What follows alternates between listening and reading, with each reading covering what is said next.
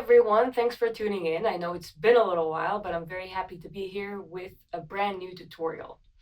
So this tutorial is all about simplicity. So if you've just picked up the bass, or if you find yourself sometimes in jam sessions or situations where you have to make up a bass line and you feel like you don't really know what to do, this is a great starting point. I'm going to try to gear it up towards all levels. So please bear with me. If you have any questions, feel free to put them here in the comments and I'll try to answer them as I go. So what are these three magic notes that you need to create a really nice bass line with not a lot of effort? Well, the first one is not much of a surprise to you. The first one is going to be, yes, you guessed it, the root note. As you know, I'm a responsible bass player and I know my job, I know my part. So the root note is something that you can't really avoid when you're playing bass. So just go with it, right? So for this example, we're going to choose D as the root note. Now you can choose any other note that you want to just fool around and noodle with, but what I recommend for now, especially if you're a beginner, choose anything that is on the A string, D string, or even G string. For now, I'm going to use a shape that's only going to work on these three strings, unless you have a 5 string, and then you can use the E. You'll understand what I'm talking about in a second. Besides the root note, our second note is going to be the 5th. The 1 in our example is D, and the 5 in our example is A. So I'm going to play it right here, just underneath the D. That's why we wanted to have that 1 string extra in the back. So we have D over here and A over here. Now here's the beauty of the bass. This is a shape. So wherever you go on your neck, you can choose, maybe you want to play this G. So the 5 of it is going to be the same fret but a string under. So root note, 5. Root note, 5. Root note, 5.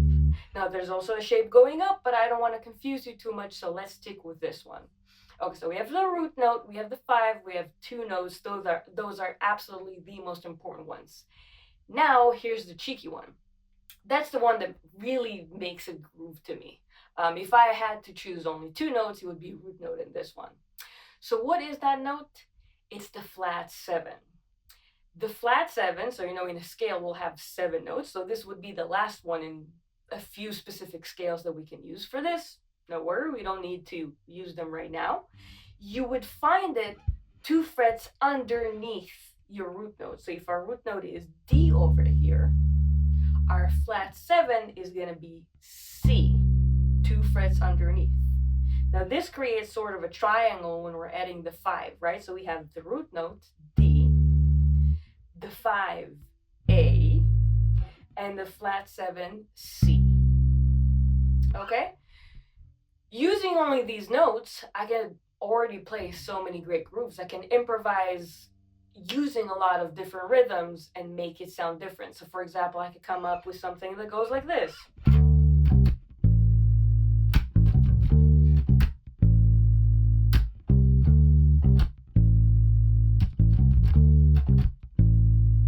Right? So that repetitiveness, that sort of lyricness to the bass line is something that could really move on a whole band. If I want, I can also find something that's a little bit shorter, more staccato-y, more rhythmic. And in that case, maybe I'll play something like this.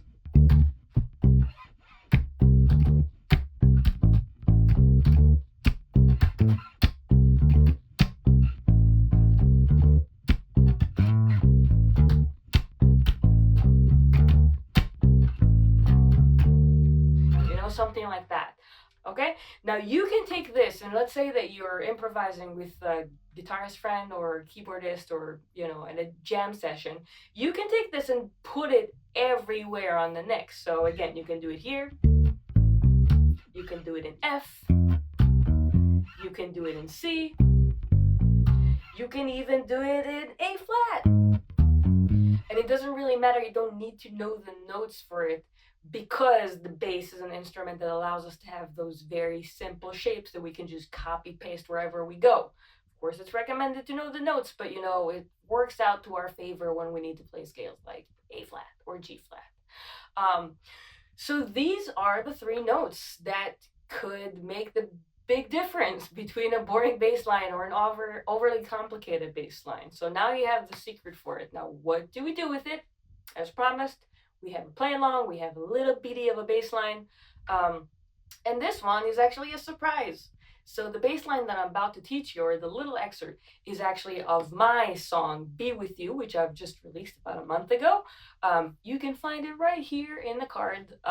You can see the music video for it, and now you're also going to learn how to play that bass line. So don't have to tell you what notes we're playing. In this case, we're not even going to have the tabs because I need to basically teach you the rhythmic idea of it. So the price that you pay for not having a lot of notes is usually either very like a melodic, repetitive bass line that makes everybody kind of like groove to it because it's expected and cool and nice and groovy. And another thing is to add some rhythmic elements to it. So I only use these notes, but I had a little bit more of a complex rhythm element to it. So we're going to start with a D. That's why I started with a D. And we're going to play 16 notes over here. So let's take that first quarter note. I have one E and right? We split it to 4 equal beats. 1 E and a 2 E and a 3 E and a 4 E and a. So the 1 E and a we play super easy, just the 1 E, right? So it'll be 1 E and a 2 E, 1 E and a 2.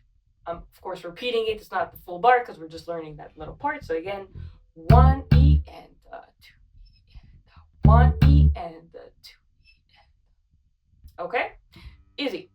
Now let's add the second piece to it. So it's gonna come at the 2, but here's that cool little rhythmic trick. Instead of playing just the downbeat of the 2, I'm going to play the 2 E and a, right?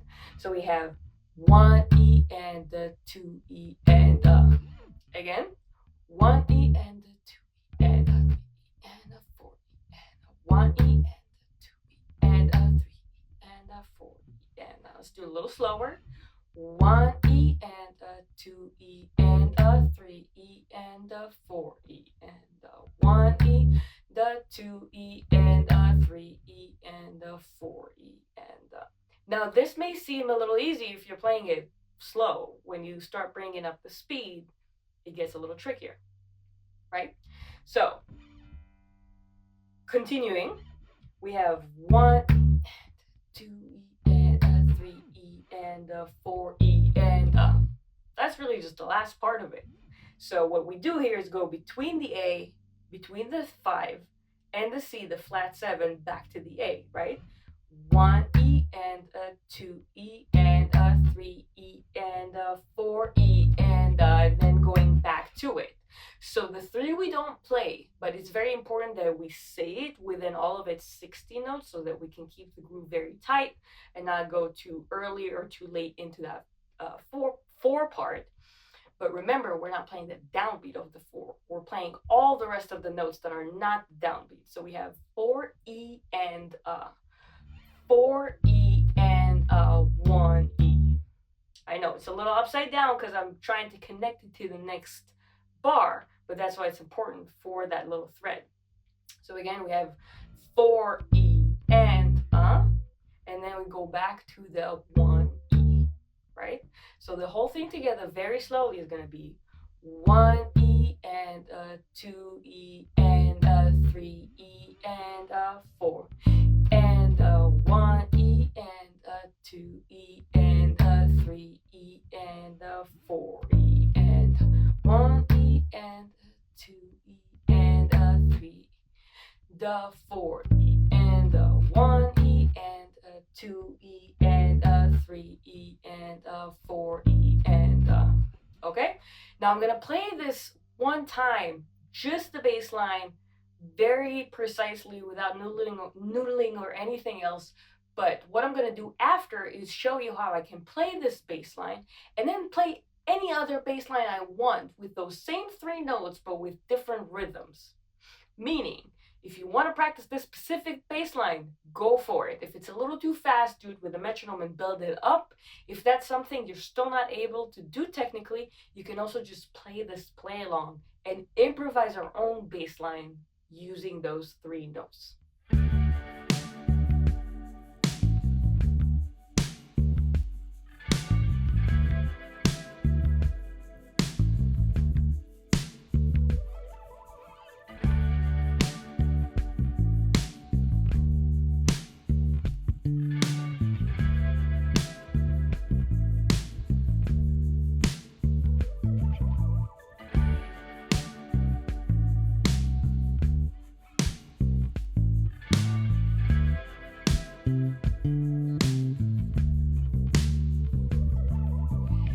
That's it. Thank you so much for tuning in. I hope you liked the play along and the song. The play along, of course, for you to play with is going to be right here at the end of this video. But if you want to hear the full song with my bass line using those three magic notes, you can go right here to the link. You can also listen to it on Spotify, Apple Music, Deezer, Pandora, or any other streaming app that you like. Thanks again for watching. Hope you liked the song. Enjoy practicing with it, and I'll see you very soon.